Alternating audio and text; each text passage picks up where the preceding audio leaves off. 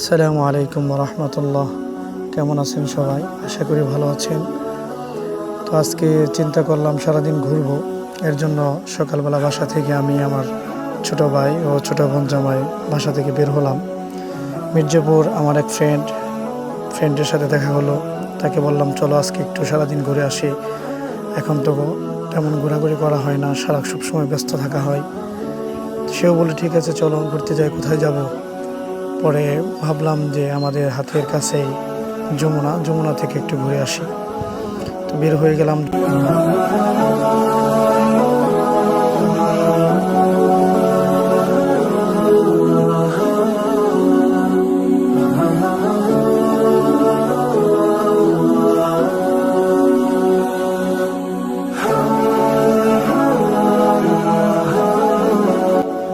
দিনটা অনেক ভালোই কাটলো।